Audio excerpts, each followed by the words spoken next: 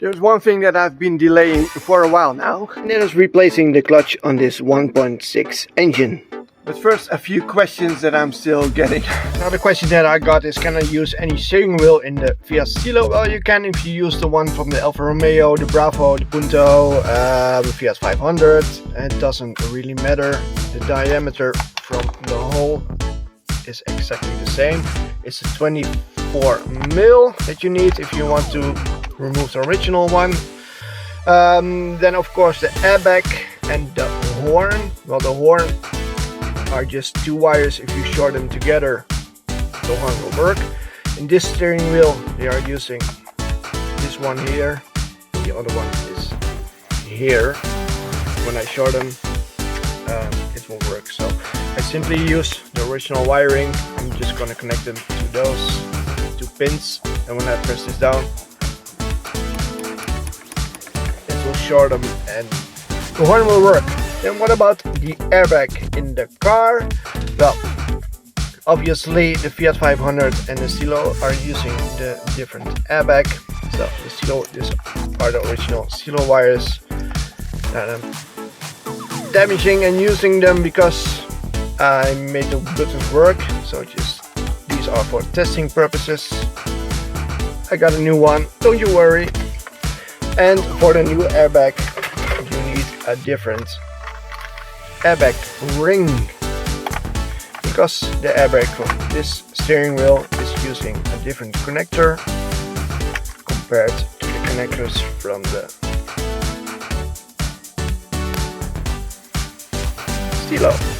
I'm a bit lost. What is the plan with this car? The plan is to turn this basic 5-door Fiat Stilo into a more modern car like the ones in Brazil.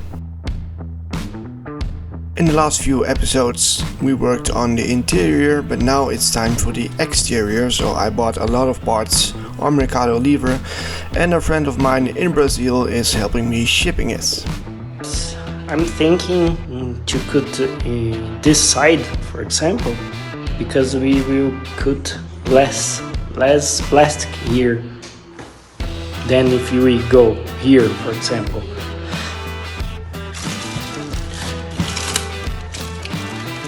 This is the emblem, the logo. Two of them. All the parts are still at customs in the Netherlands, so I start working on the clutch. So in order to get to the gearbox, which is below there, we need to remove parts, and we're gonna remove everything in this section again. I already recorded it before, so I'm not gonna show you that right now, but we are removing it in 1, 2, 3. So most of the parts have been removed, and now we have visual on the gearbox right here. Next thing that I need to remove is the gearbox slave cylinder.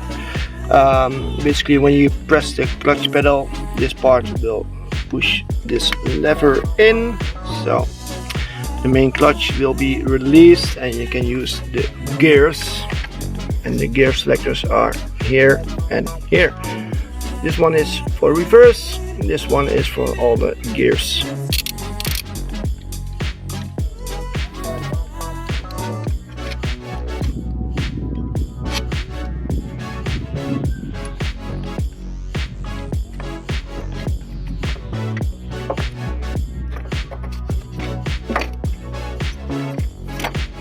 Slave cylinder is out, and the next part is the gear linkage. So to set them free, there's a plastic clamp right here that you need to undo. It will hold the hoses for the coolant, but there is a small iron piece right here, and it's bolted right down to the gearbox, and it holds, I hope I can show you, it holds this part and this part, and there's this iron piece right here. It bends all over to that place, and it's bolted right there, and there's another one down there somewhere. So I'm gonna remove that and I'll see you in a bit. I removed the 3 bolts that hold the bracket in place.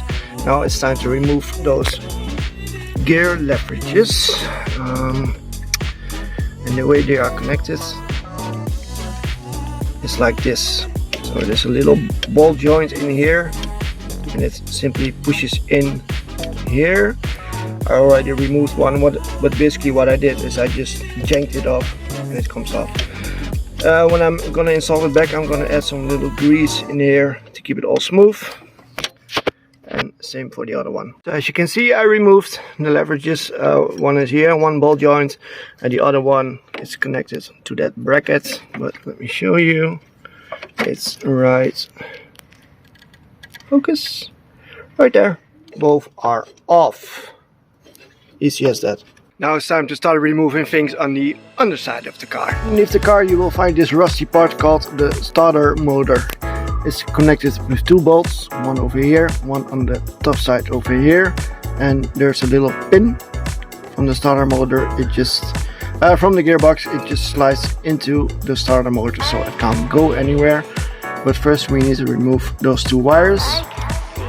There's a big plus side cable over there.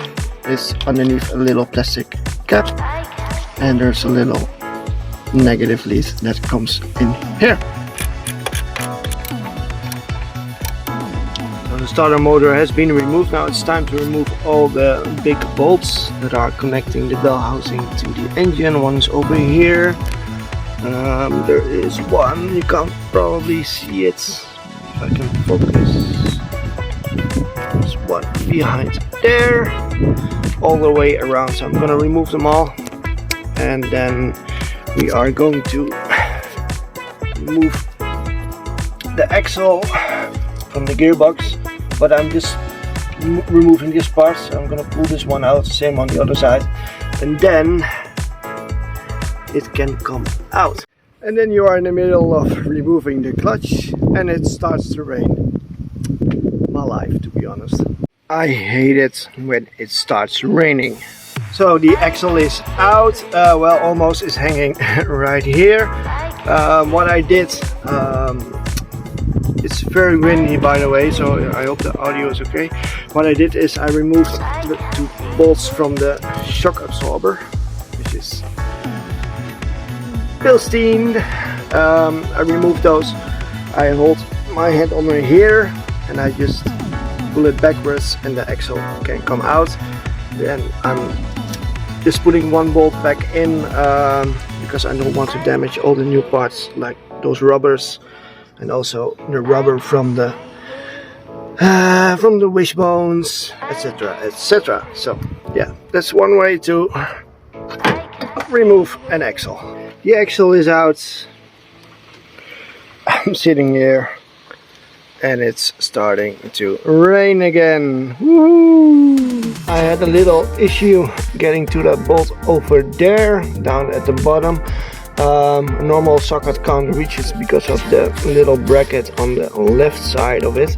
So I didn't have a tool for that, so I had to figure something out, and what I did is this.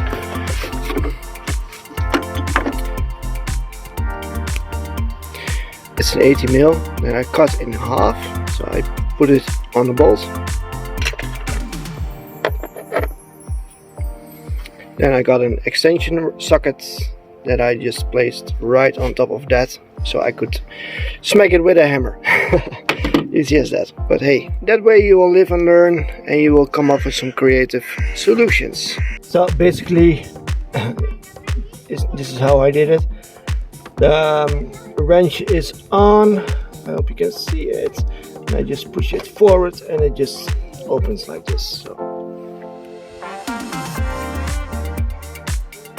the only solution.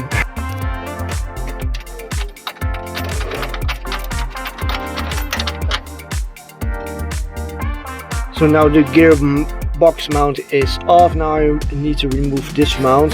There's one bolt over here, there's a few bolts over there, and then probably the gearbox can come out. So that mount has also been removed. Now I need to remove the earth lead that is going, which is attached to the gearbox, is normally connected to the chassis and then onto the negative side of the battery, of course. Gonna remove it and see if I can remove the gearbox.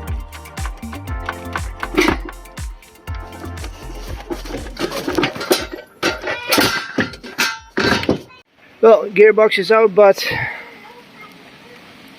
It's raining again. Oh man, lucky me.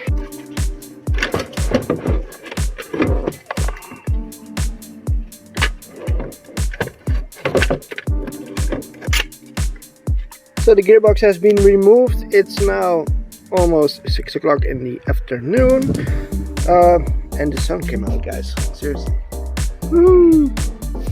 Let's check underneath. So this is what it looks like underneath. Of course, I still have the drive shaft over there. I didn't want to waste the gearbox oil because it's not leaking, so I need to remove the clutch right now, and there's basically some torques holding it there, so I'm gonna remove it.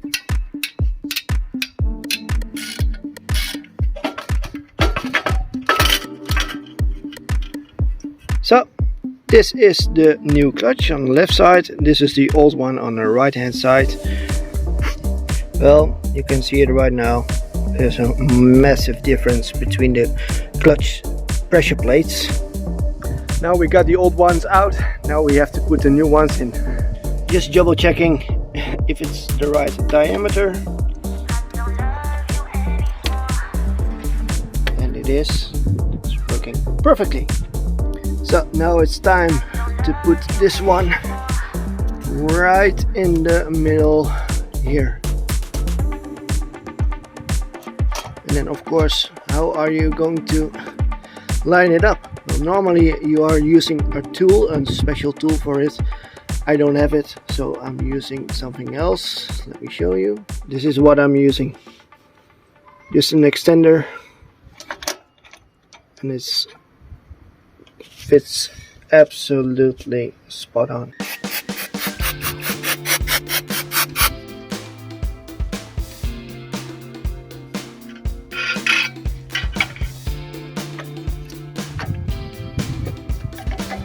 Well guys, the new clutch is in.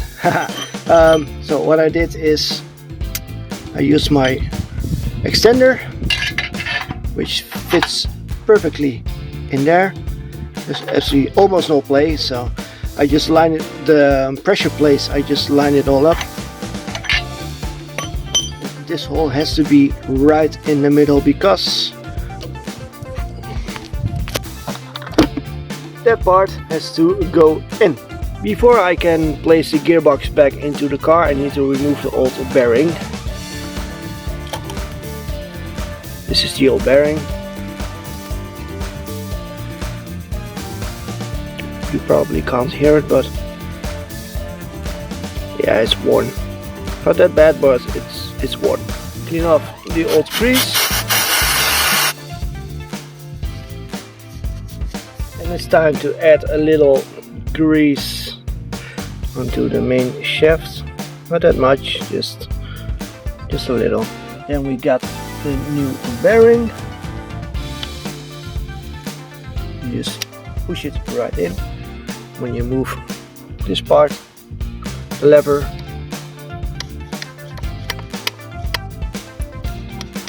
moves perfect.